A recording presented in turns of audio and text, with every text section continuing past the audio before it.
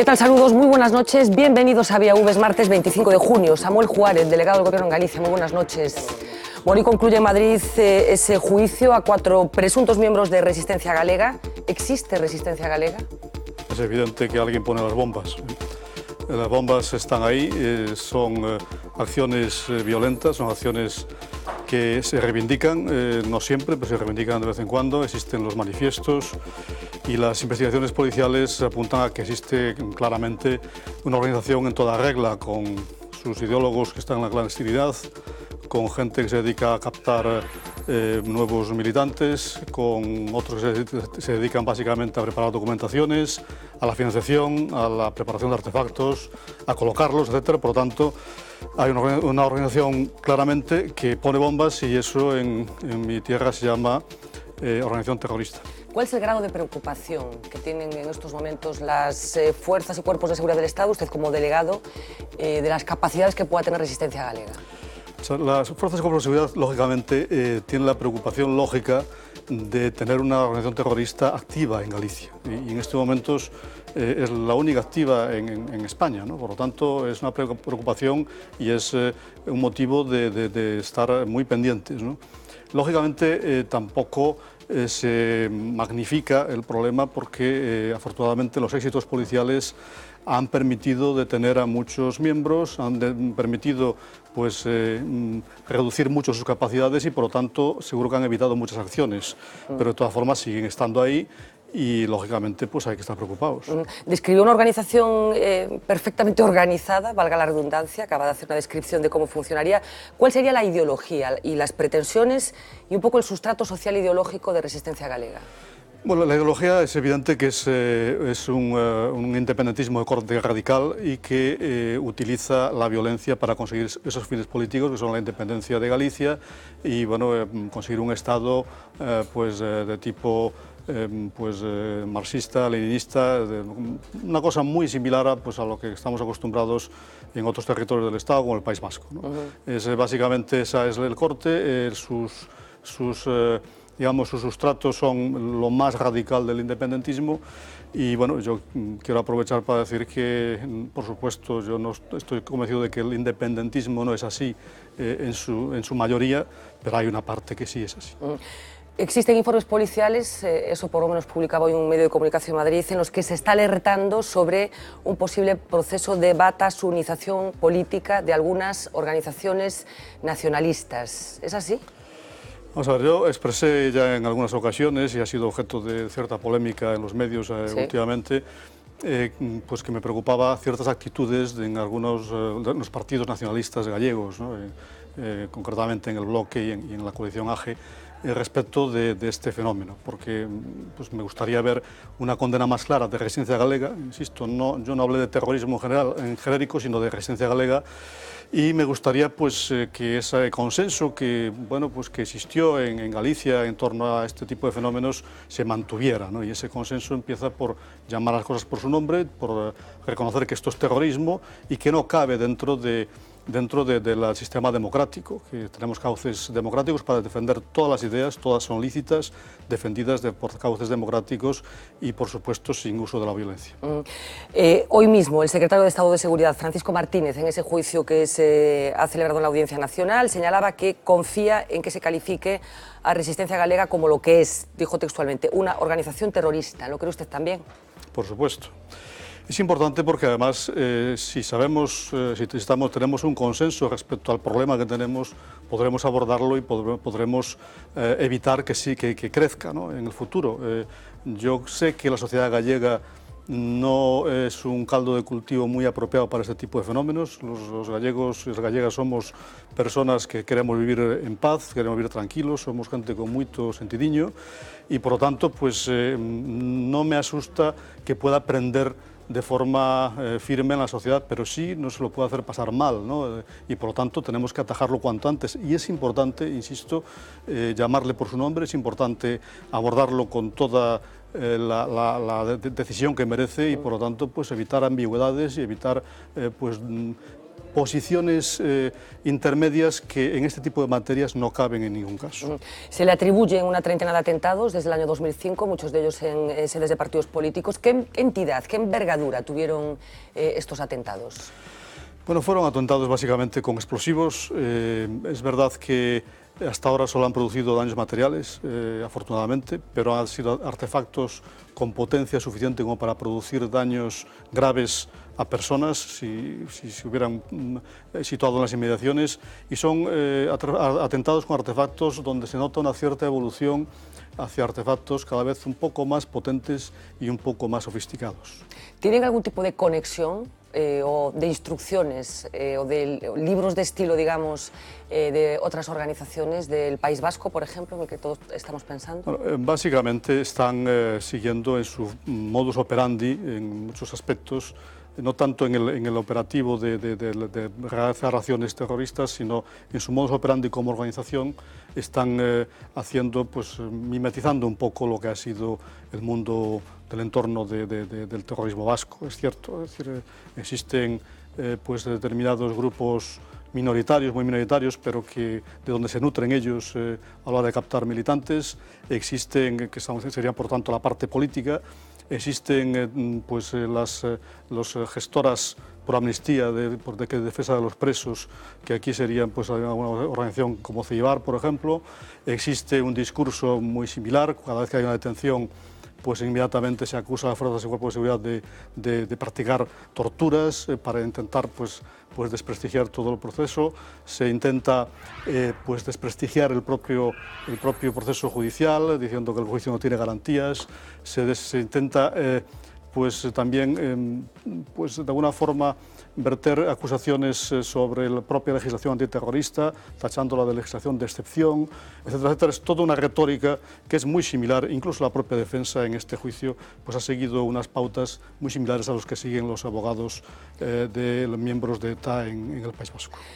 Por parte de los representantes políticos de organizaciones nacionalistas, en los últimos días se ha querido ver que esto es un juicio político al independentismo y a su entorno. ¿Es así? ¿Se ha puesto una lupa encima de Yo creo que eso es un grave error. Es un grave error y a eso es a lo que me refería yo con mis manifestaciones, y eso creo que es un gravísimo error que cometen. Nadie está juzgando el independentismo. Yo he dicho, y todos los demócratas entienden, que el independentismo es una opción que se puede defender perfectamente desde cauces democráticos, y para nada esto es un proceso de independentismo. Esto es un proceso de unos señores que colocan bombas y que revientan sedes de partidos, empresas, etcétera, y por lo tanto que son terroristas. Que sean o no sean independentistas, yo creo que no es sustancial y no es importante en este caso. Decíamos que ayer usted mismo y los portavoces de los partidos políticos con representación en el Parlamento declararon desde aquí, desde Galicia, en ese juicio en la Audiencia Nacional. Vamos a recuperar brevemente algunas de las valoraciones que se hacían. Primero vamos a escuchar a dos representantes del Partido Socialista, porque no hay un discurso unitario, lo vamos a comprobar. Por una parte vamos a escuchar a Pachi Vázquez, que sí que parece que tiene claro que Resistencia Galega practica el terrorismo, y a continuación a Belosada, que parece que no lo tiene tan claro. Vamos a oírlo. No, eu personalmente penso que non. Creo que socialmente, colectivamente, como conxunto da sociedade galega, pois non existe esa percepción. Logo eu non a teño e me dá a sensación de que o conxunto da sociedade tampouco. Alguén volou 5 sedes do Partido Socialista de Galicia. Voáronos con explosivos. Cando unha persona pon dinamita ou similar en sedes de partidos democráticos, está cometendo un acto terrorista. Bueno, parece que no hay el mismo criterio, ¿no?, por parte del Partido Socialista. A mí me pareció entender que el señor Losada hablaba de una percepción más que de si eso es terrorismo o no es terrorismo. En cualquier caso, yo no tengo duda de que el Partido Socialista, que ha sufrido mucho también el terrorismo, pues lo tiene claro. Y yo creo además también que, dicho sea de paso, que la inmensa mayoría de los integrantes de los partidos nacionalistas en Galicia también lo tienen claro. Y me gustaría que sus dirigentes pues dejaran atrás esas ambigüedades. E insisto, esta es una de esas materias de principios. O sea, uno no puede estar en una situación intermedia. Uno tiene que estar o contra la violencia o si no, pues, no sé, pues explicar dónde está. Y lógicamente poner bombas es terrorismo, sino que me digan lo que es. y yo creo que todo demócrata tiene que ser muy claro y muy diáfano respecto a esta cuestión. Pues vamos a escuchar a esos otros líderes, incluido a José Manuel Beiras, que efectivamente introduce alguna duda con respecto a cuáles eran las intenciones de las personas que están siendo juzgadas en la Audiencia Nacional. Vamos a ir al resto de los portavoces. Un pouco extraño, non? Estar aquí un día festivo, co Parlamento pechado e videoconferencia, pois non sei. Colaborei coa Xustiza, respondín a todas as preguntas que se me fixo por parte da defensa. Estes casos de violencia política, evidentemente, son o que popularmente se coñece como terrorismo. Decir que poñer bombas non é terrorismo é absurdo, e ademais é facer o xogo a unha organización que o que busca precisamente é eludir ese calificativo para eludir as leis antiterroristas. Non hai obxectivamente un clima de alarma social, por moito que existan accións violentas que nós tamén reprobamos, que nós tamén condenamos. A xente o pasa mal, a xente indignas, a xente rebélase e entón aplícaselle represión en vez de solucionar os seus problemas. E iso é fascismo. Fascismo, Beiras fala de mozos indignados. Que le parece? É difícil calificar ese tipo de manifestacións. Desde logo, penso que é un insulto ao movimento 15M, os indignados, que basicamente son xente que actúa desde un ámbito de resistamento da violencia. E eu creo, además, que justificar que porque alguén tiene algún tipo de malestar puede poner bombas es algo totalmente insólito, ¿no? Yo le pediría al señor Beiras que recapacite, que piense bien lo que está diciendo y lo que está haciendo, porque creo que realmente se está colocando fuera del espectro de lo que piensan la inmensa mayoría de los gallegos. ¿Pero sería partido usted de hacer algo para que Beiras no diga estas cosas? Hombre, yo no puedo decirle al señor Beiras lo que tiene y lo que no tiene que decir. Yo creo que los gallegos, que somos gente sabia, pues sabremos hacérselo entender al señor Beiras. Bueno, hoy escuchábamos ahí a Francisco Jorquera, que hoy visitaba precisamente la sede de la delegación del Gobierno, por esos incidentes que tenían lugar hace unos meses ya delante de la vivienda de una mujer que había sido desahuciada o que iba a ser desahuciada. ¿Por qué se multó a Francisco Jorquera con 600 euros?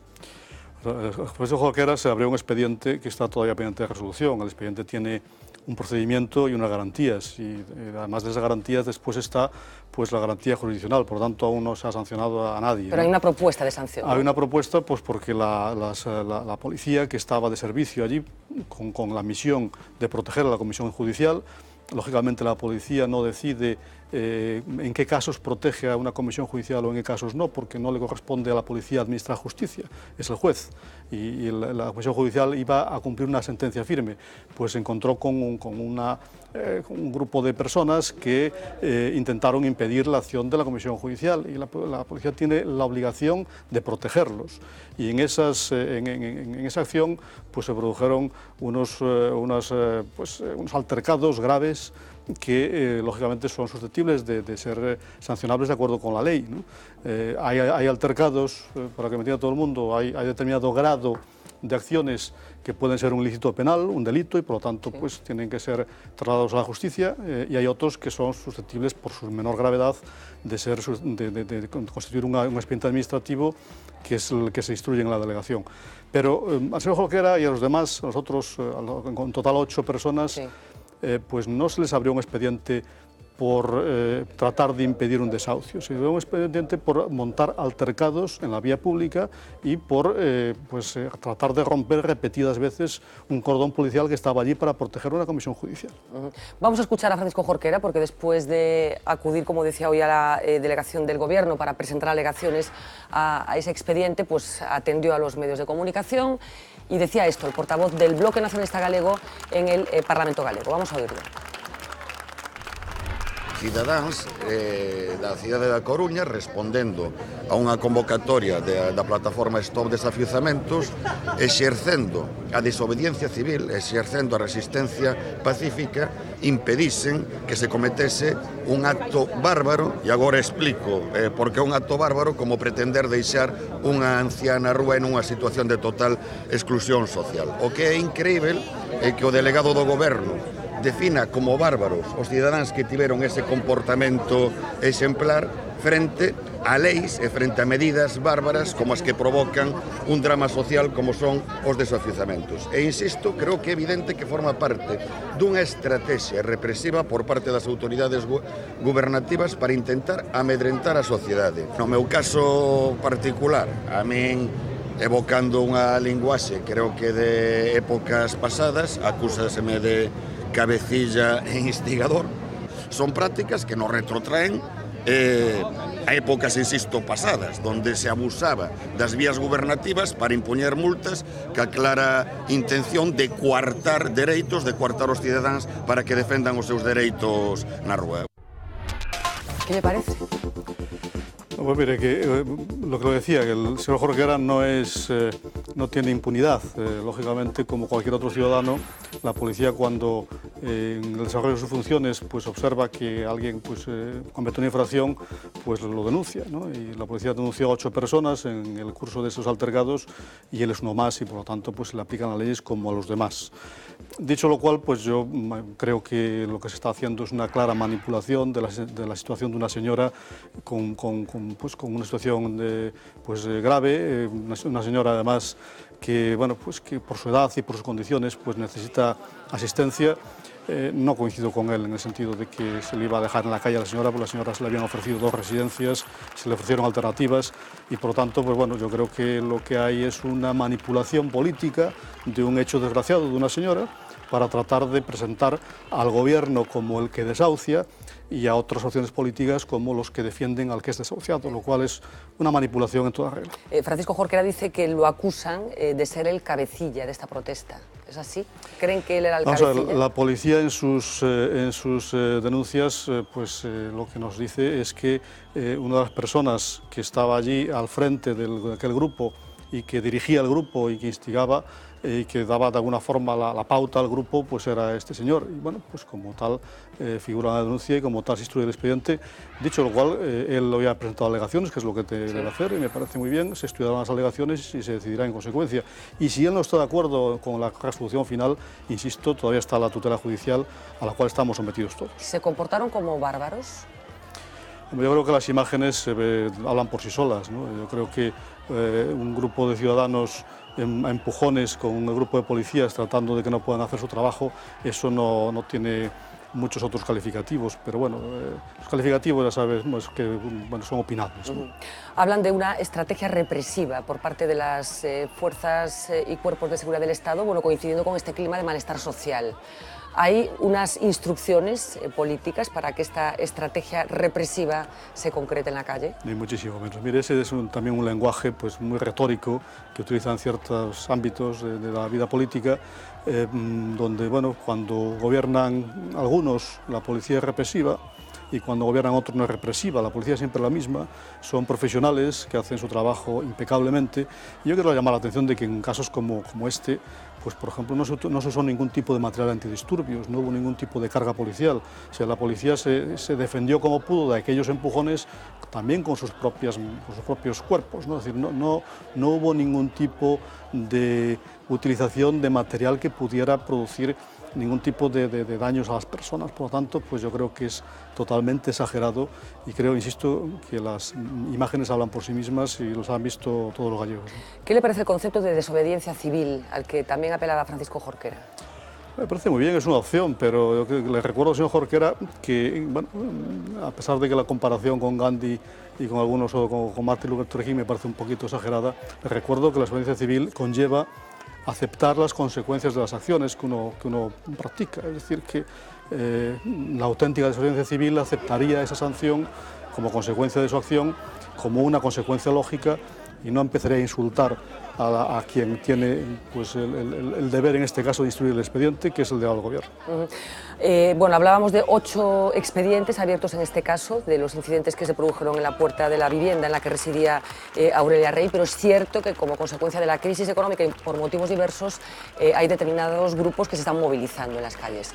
Yo no sé si me puede dar la cifra total de expedientes de esta naturaleza que se han abierto en los últimos meses, si ha subido mucho como consecuencia de que estas protestas... Pues la verdad que no tengo la cifra. Se abren cuando nosotros recibimos denuncias policiales, tanto de policía como de Guardia Civil, respecto de altercados que ellos consideran graves, cuando exceden de un cierto nivel, bueno, pues que ellos consideran que exigen o bien un atestado y un envío a la autoridad judicial por un posible delito, o bien una actuación administrativa pues instruye el expediente como en cualquier otro caso. Yo insisto en que no se ha hecho ningún tipo de excepción y probablemente todo este ruido en relación con este tema pues proceda de que determinadas personas pues creían que por ser diputados o por ser concejales pues no nos íbamos a atrever a abrir un expediente. Eso es así de sencillo. Yo quiero decirles que son ciudadanos como los demás, que tienen los mismos derechos y también las mismas obligaciones. Pero entonces, ¿ha trascendido esto y no ha trascendido en otras ocasiones? Porque, por ejemplo, en el caso de los afectados por las preferentes, sí que todos recordamos momentos de mucha tensión. Estoy recordando, por ejemplo, un momento que nosotros emitimos en el programa, que fue la salida de los trabajadores de NCG en la ciudad de A Coruña, de la oficina principal, y un momento de muchísima tensión entre afectados por las preferentes y trabajadores. En ese caso concreto, que seguro que lo recuerda perfectamente, ¿intervino la policía y se abrieron también expedientes similares? Me tiene que disculpar, no recuerdo el caso concreto, pero le puedo asegurar que se abren expedientes con cierta regularidad y que, lógicamente, insisto, es la policía el que pues enjuicia la gravedad de la situación. Es muy difícil establecer paralelismos entre unos hechos y otros hechos. En este caso concreto, yo quiero resaltar que el hecho de que la policía estuviera protegiendo la actuación de una comisión judicial tiene una especial gravedad, en mi opinión. Esa comisión judicial lo único que estaba haciendo es impartiendo justicia, algo que probablemente a algunas personas les parezca, bueno, pues cómo va a ser justo lo que estaban haciendo. Bueno, pues había una sentencia firme y en nuestro ordenamiento jurídico, pues cada órgano tiene que hacer su papel y por lo tanto, cuando los jueces pues dictaminaron, resolvieron además en firme aquella resolución y ellos estaban simplemente pues tratando de proteger a la Comisión Judicial para que hiciera su trabajo. Yo creo que eso es un elemento sustancial y que tiene que hacernos reflexionar a todos sobre, bueno, si a cualquiera cuando algo no le parece justo, pues simplemente por la fuerza lo puede impedir cuando hay detrás pues sentencias judiciales y hay, bueno, pues la resolución del órgano a quien corresponde en una sociedad como la nuestra, con división de poderes, el impartir justicia. ¿Están preocupados por la tensión entre los afectados por las preferentes, por cómo puedan encaminarse esas protestas? Obviamente estamos preocupados por la tensión, pero estamos más preocupados por el problema en sí. El problema en sí preocupa mucho, a pesar de que en Galicia ya se hayan podido resolver ya 2 de cada 3 casos a través de arbitraje, pero preocupa porque es evidente que, bueno, pues que ahí se observa una mala práctica por parte de las entidades financieras. Y sí preocupa también porque, lógicamente, el Gobierno no tiene las manos libres para solucionarlo, algo que a veces pues, se intenta también hacer ver a la opinión pública. El Gobierno no puede pagar con el presupuesto eso, porque eso no sería adecuado y además no sería conforme.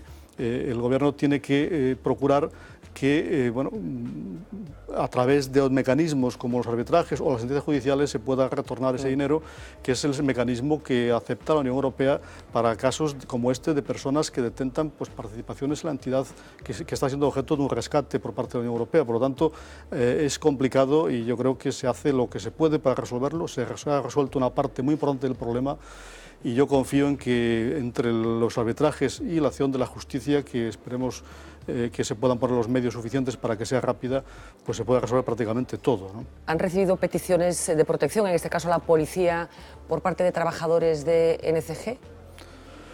Vamos a ver, la policía recibe a veces peticiones de este tipo y la policía pues, ejerce esa protección en la medida en que esa protección sea necesaria, pero tengo que decirle que hasta ahora tampoco ha hecho falta esa protección pues, prácticamente en casos muy contados, porque después del ruido que hacen y después de toda la puesta en escena de estos afectados, en general, en la inmensa mayoría de los casos, sus protestas son pacíficas. ¿Y los representantes políticos han presentado alguna denuncia por algún tipo de escrache, por ejemplo? ¿Hay una percepción de que hay un cierto acoso, digamos? Yo no he visto denuncias por esa cuestión, pero vamos, desconozco porque no es la dirección del Gobierno donde se ponen las denuncias, pero bueno, yo creo que los temas que se llama escrache, esa palabra extraña, ¿no? Que ha entrado en nuestro diccionario recientemente, yo creo que está empezando a decaer un poco, ¿no? Pues observo que está cundiendo el sentido común, o al menos lo quiero esperar así. El domicilio particular no es el sitio para protestar. El domicilio de cada uno es un espacio íntimo, es un espacio más protegido por la Constitución, nadie puede violar el domicilio, y el sitio para protestar a cualquier persona que tenga una posición pública es su lugar de protección pública, su lugar de trabajo, no es su casa, no es su casa donde vive su familia y no es el lugar donde se le va allí a molestar, básicamente. Bueno, estamos en crisis económica, esto creo que es una obviedad que todo el mundo reconoce, y tenemos la sensación de que, coincidiendo con la crisis, se producen algunos hechos delictivos que a lo mejor antes o se nos pasaban desapercibidos, o no nos percatábamos, o no sucedían realmente. Ha subido la inseguridad ciudadana como consecuencia de la crisis, y particularmente esos asaltos a viviendas que, como decía, bueno, tanto nos conmueven, ¿no?, cuando suceden. Mire, yo no creo que sea tanto una consecuencia directa de la crisis. Ha habido un cierto incremento de determinado tipo de delitos, delitos que alarman mucho porque afectan básicamente a los robos en domicilios, ¿no? Y tal como decía antes, con el tema de las protestas delante del domicilio, pues el domicilio es un espacio pues que todo el mundo pues es muy sensible a él, ¿no? Y por lo tanto cualquier robo en un domicilio pues suscita una gran alarma, ¿no? Ha habido un incremento de robos en domicilios, normalmente por parte de grupos de delincuentes que se desplazan de otras partes de España a cometer los robos durante 2, 3, 4, 5 días y vuelven a sus lugares de origen. La actuación de la Policía y la Guardia Civil está siendo eficaz porque periódicamente verán en los medios de comunicación detenciones. Cuando se detiene a un grupo de estos, muchas veces 2, 3 personas, normalmente se le achacan una veintena, una treintena de robos, con lo cual, es decir, pocos delincuentes son capaces de hacer, pues, por decirlo así, mucho daño, ¿no?, y mucha alarma, y yo confío en que poco a poco lo podamos ir pues reduciendo. De todas formas, Galicia sigue siendo una comunidad segura en términos objetivos, el nivel de infracciones pues está muy por debajo de la media de España y estamos, por lo tanto, bueno, pues en unas condiciones comparativamente mejores que otros territorios de España e incluso de Europa. Hay ese concepto de banda organizada, que yo no sé si es muy preciso a la hora de definir determinados comportamientos delictivos. En cualquier caso, ¿hay bandas organizadas que operen aquí en Galicia?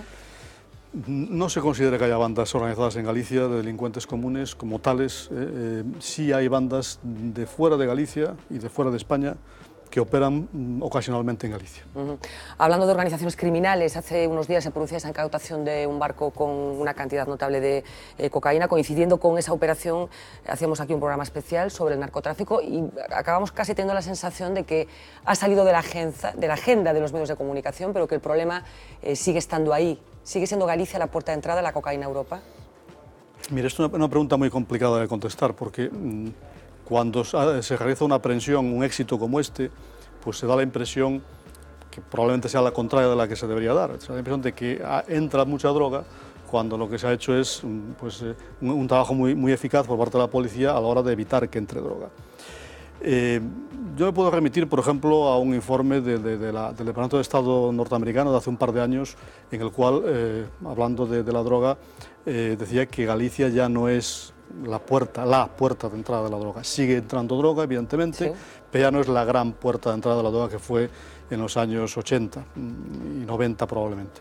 No lo es, a pesar de que, bueno, insisto, sigue habiendo, lógicamente, porque somos pues, geográficamente tenemos una orientación pues, favorable y porque aquí siguen manteniéndose pues, algunas estructuras, ¿no? Y esta operación es la prueba, ¿no? Eran viejos conocidos que volvieron a dedicarse a esto, sobre los cuales la policía estaba detrás y finalmente pues, logró caer sobre ellos. Pero teme precisamente la salida de prisión de algunos personajes históricos dedicados a estas actividades y su conexión con las nuevas generaciones. ¿Está desactivada esa posible relación entre esas dos generaciones? Pues yo creo que no es una sorpresa que esas personas cuando salen, pues pasado un tiempo, pues a muchos de ellos, no todos, algunos, ¿no? pues vuelven a dedicarse a esto y sí, hay conexiones entre los viejos y los nuevos. En esa mesa el juez Taín decía que hay que preocuparse mucho por, no tanto que también por las organizaciones, digamos, que traen la droga a Galicia, sino por esas organizaciones que sacan la droga de Galicia, y que él advertía que eran organizaciones especialmente peligrosas. Yo no sé qué tipo de seguimiento puedan estar haciendo de estos grupos. Bueno, se han hecho, concretamente el año pasado, no recuerdo exactamente cuándo, pero el año pasado se aprendieron también una cantidad muy importante de droga en Pontevedra, precisamente en un pase de droga entre los que la traían y los que la distribuyen, ¿no? En la autopista del Atlántico. Por lo tanto, también se controla, también se persigue, lógicamente, y también se producen éxitos policiales en esa otra parte, que también, por supuesto, es fundamental, ¿no?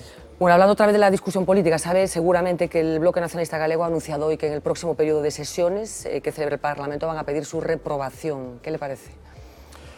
Me parece que bueno, pues está muy totalmente en su libertad de pedir lo que quieran, ¿no? Y el Parlamento, por supuesto, votará lo que le considere más oportuno. Yo creo que pedir mi reprobación, porque les digo que me gustaría que fueran un poco más claros a la hora de condenar el terrorismo de resistencia galega, pues es sorprendente, ¿no? Porque yo creo que el delegado del Gobierno debe preocuparse por esas cosas, ¿no? Y lo debe decir, y además lo he dicho de una forma que creo que ha sido bastante comedida, ¿no? No me he metido con nadie en concreto. Al día siguiente me insultaron, eso sí, con calificativos muy graves. ¿Pero qué le llamaron? Me llamaron cosas, prefiero no repetirlo porque estaría aquí haciendo de altavoz. Pero bueno, yo creo que tenemos que ser un poquito más responsables, ¿no? Yo creo que el ciudadano echa de menos que se debatan las cosas con un poquito más de sosiego, ¿no? Y yo lo que el reto al Bloque Nacionalista Gallego es que me diga cómo se califica a unos señores organizados que colocan bombas y que revientan sedes de partidos, empresas, etcétera, etcétera. ¿Cómo los califican? Si no son terroristas, ¿qué son? Pues eso es lo que yo me gustaría que me lo dijeran, y a partir de ahí pues discutimos. Y bueno, ellos me reprueban y yo pues los repruebo a ellos donde pueda también, y ya está. Precisamente el Bloque Nacionalista Galego filtraba una cosa de su perfil de Facebook que nos ha llamado la atención y que queríamos aprovechar su presencia aquí para comentarla con usted. Vamos a verlo si le parece, que es un grupo al que usted está agregado dentro de su perfil de Facebook. Vamos a verlo. En su perfil de Facebook, el delegado del Gobierno en Galicia se ha incluido en 5 grupos. Llama la atención uno de ellos, el primero de la lista, por la supresión de la autonomía catalana. Un grupo que cuenta con 785 miembros, entre ellos Samuel Juárez, y que resume de este modo su finalidad. Este grupo, que desea crecer mucho más, pretende presionar a la clase política para encarar una reforma del Estado que suprima comunidades autónomas, reforme la Constitución Nacional y unifique al Estado español, porque más allá del error cometido en la transición, los ciudadanos no podemos permitirnos pagar 17 taifas autonómicas. Y para comenzar, no sería mala idea suprimir la autonomía catalana, por separatista, nacionalista y antiespañola. Nacionalista escrito deliberadamente con Z mayúscula. Señor Suárez, ¿está usted agregado a este grupo y comparte lo que proponen? Primero ahora voy a empezar por decirle que creo que los señores del bloque visitan más mi perfil de Facebook que yo, porque cuando lo dijeron pues no sabía si estaba agregado y fui a mirar y efectivamente estaba, ¿no? Nunca he escrito en ese grupo, no eso. Bueno, eso pero se agregó, ¿no? Se tuvo que agregar. Sí, los que lo agregaría, pues, pero en cualquier caso yo no voy a disculparme por ello, o sea, yo puedo estar agregado a lo que me parezca bien, ¿no? Y puedo agregarme para ver lo que ponen, y en fin. Pero piense usted que parece muy reprobable que alguien supuestamente, yo creo que no soy dudoso en cuanto a mi opinión sobre las comunidades autónomas. He sido consejero de una comunidad autónoma hasta hace poco tiempo, ¿no? Pero fíjese cómo es de reprobable que alguien, para estos señores, pues pueda estar en una posición en la cual se plantea la supresión de las comunidades autónomas, pero no es reprobable que alguien se plantee la independencia de una comunidad autónoma. Es decir, la supresión de las comunidades autónomas cabe en la Constitución, la independencia no cabe en la Constitución. Es decir, no, la independencia se puede defender, lo otro no se puede defender. Insisto, yo no lo defiendo, pero en cualquier caso creo que, hombre, ese tipo de dobles lenguajes es un poco sorprendente, ¿no? O sea, ¿no? ¿Por qué se tiene que demonizar a alguien porque opine eso? ¿Pero cree que es un debate, yo no lo opino, ¿cree que es un debate que hay que abrir? ¿Qué papel tienen que jugar las comunidades autónomas? Yo creo que el debate que hay que abrir es el evitar las duplicidades entre comunidades autónomas y Estado. Yo creo que es evidente que en el desarrollo autonómico ha habido muchos aciertos, pero ha habido también algunos desaciertos. Y yo creo que es evidente que algunos órganos del Estado se han simplemente copiado o mimetizado las comunidades autónomas y que están duplicados y que no son necesarios. Y yo creo que lo que ha abierto el Gobierno en este caso con la reforma de las administraciones públicas es ese debate.